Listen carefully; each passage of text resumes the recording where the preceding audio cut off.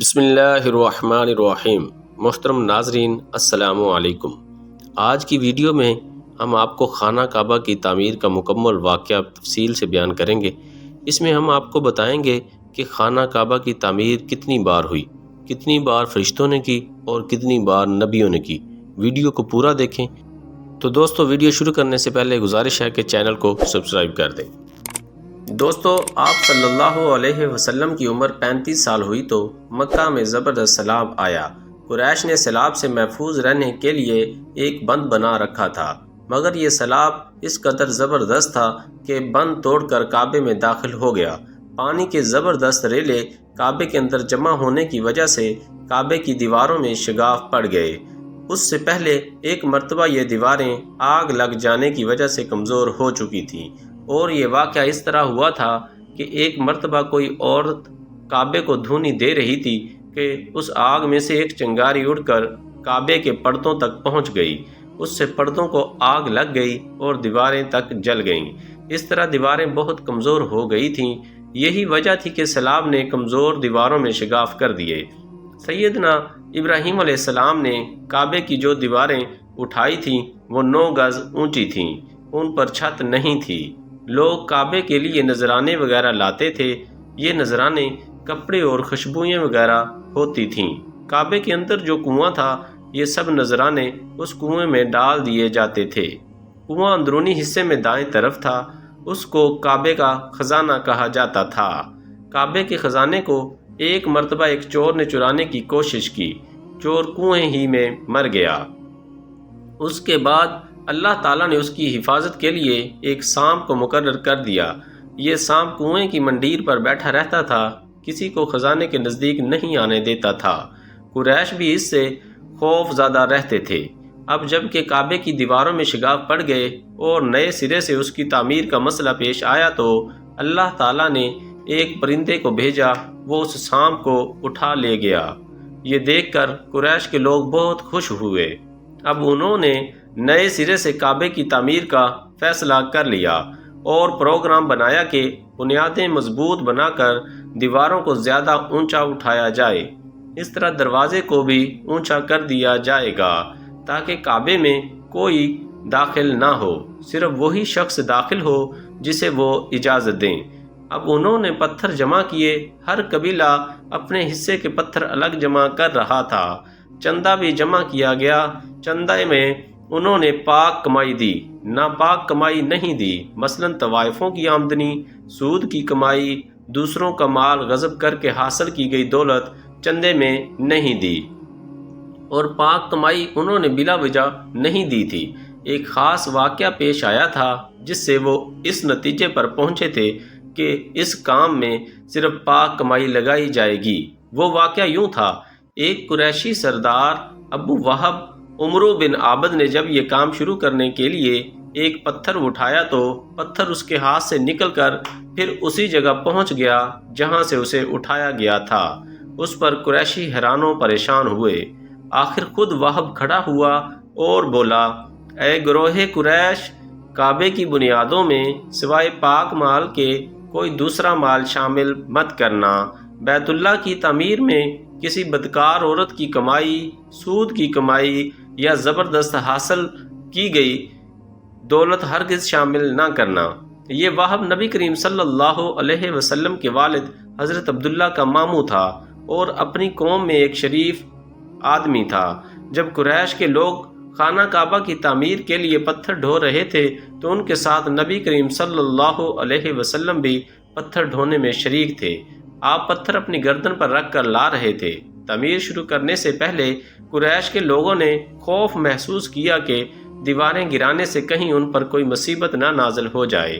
آخر ایک سردار ولید بن مغیرہ نے کہا، کعبہ کی دیواریں گرانے سے تمہارا ارادہ اصلاح اور مرمت کا ہے یا اس کو خراب کرنے کا؟ جواب میں لوگوں نے کہا، ظاہر ہے ہم تو مرمت اور اصلاح چاہتے ہیں۔ یہ سن کر ولید نے کہا، تب پھر سمجھ لو اللہ تعالیٰ اصلاح کرنے والوں کو برباد نہیں کرتا۔ پھر ولید ہی نے گرانے کے کام کی ابتدا کی، لیکن اس نے بھی صرف ایک حصہ ہی گرایا تاکہ معلوم ہو جائے کہ ان پر کوئی تباہی تو نہیں آتی۔ جب وہ رات خیریت سے گزر گئی تب دوسرے دن سب لوگ اس کے ساتھ شریک ہو گئے اور پوری عمارت گرا دی، یہاں تک کہ اس کی بنیادوں تک پہنچ گئے، اور بنیاد ابراہیم علیہ السلام کے ہاتھ کی رکھی ہوئی تھی۔ حضرت ابراہیم علیہ السلام نے بنیادوں میں سبز رنگ کے پتھر رکھے تھے۔ یہ پتھر اونٹ کے کوہان کی طرح کے تھے اور ایک دوسرے سے جڑے ہوئے تھے۔ ان لوگوں کے لیے ان کو توڑنا بہت مشکل کام ثابت ہوا۔ دائیں کونے کے نیچے سے قریش کو ایک تحریر ملی، وہ تحریر سریانی زبان میں لکھی ہوئی تھی۔ انہیں سریانی زبان نہیں آتی تھی۔ آخر ایک یہودی کو تلاش کر کے لایا گیا، اس نے وہ تحریر پڑھ کر انہیں سنائی۔ تحریر یہ تھی: میں اللہ ہوں، مکہ کا مالک، جس کو میں نے اس دن پیدا کیا جس دن میں نے آسمانوں اور زمین کو پیدا کیا، جس دن میں نے سورج اور چاند بنائے۔ میں نے اس کو یعنی مکہ کو 7 فرشتوں کے ذریعے گھیر دیا ہے۔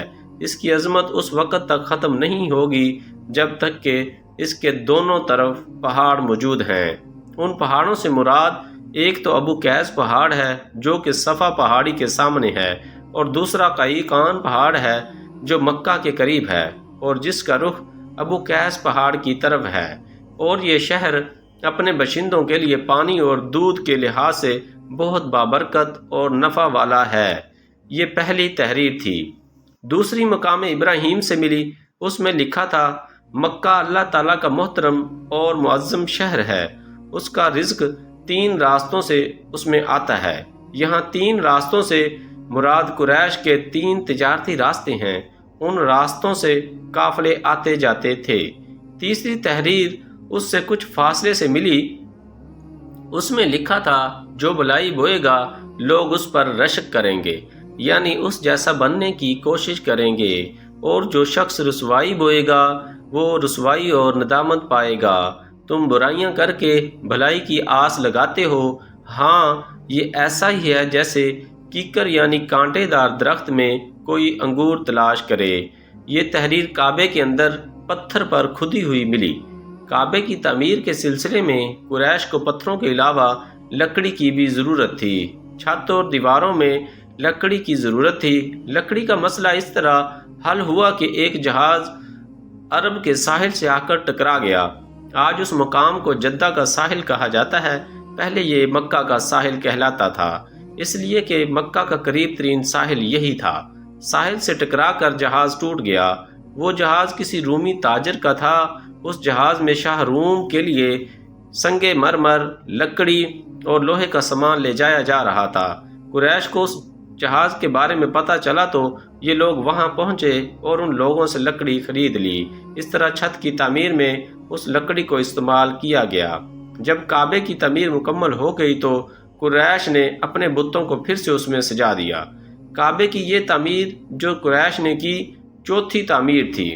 سب سے پہلے کعبے کو فرشتوں نے بنایا تھا۔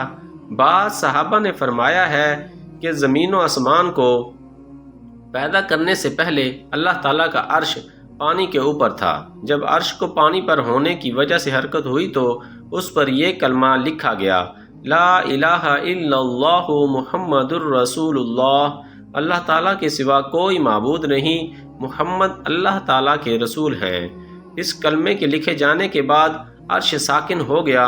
پھر جب اللہ تعالیٰ نے آسمانوں اور زمین کو پیدا کرنے کا ارادہ فرمایا تو اس نے پانی پر ہوا کو بھیجا، اس سے پانی میں موجیں اٹھنے لگیں اور بخارات اٹھنے لگے۔ اللہ تعالیٰ نے ان بخارات یعنی بھاپ سے آسمان کو پیدا فرمایا۔ پھر اللہ تعالیٰ نے کعبہ کی جگہ سے پانی کو ہٹا دیا، جگہ خشک ہو گئی۔ چنانچہ یہی بیت اللہ کی جگہ ساری زمین کی اصل ہے اور اس کا مرکز ہے۔ یہی خشکی بڑھتے بڑھتے 7 بر اعظم بن گئی۔ جب زمین ظاہر ہو گئی تو اس پر پہاڑ قائم کیے گئے۔ زمین پر سب سے پہلا پہاڑ ابو قبیس ہے۔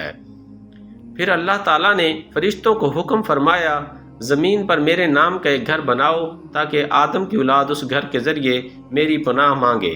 انسان اس گھر کا طواف کریں جس طرح تم نے میرے عرش کے گرد طواف کیا ہے، تاکہ میں ان سے راضی ہو جاؤں۔ فرشتوں نے حکم کی تعمیل کی۔ پھر آدم علیہ السلام نے خانہ کعبہ کی تعمیر شروع کی۔ اس کے بعد حضرت ابراہیم علیہ السلام نے خانہ کعبہ کی تعمیر کی۔ اس طرح قریش کے ہاتھوں یہ تعمیر چوتھی بار ہوئی تھی۔ دوستو، ویڈیو اچھی لگے تو چینل کو لائک کریں اور سبسکرائب کریں اور بیل آئیکن بٹن کو دبا دیں تاکہ ہر نئی آنے والی ویڈیو آپ تک آسانی سے پہنچ سکے۔ اللہ حافظ۔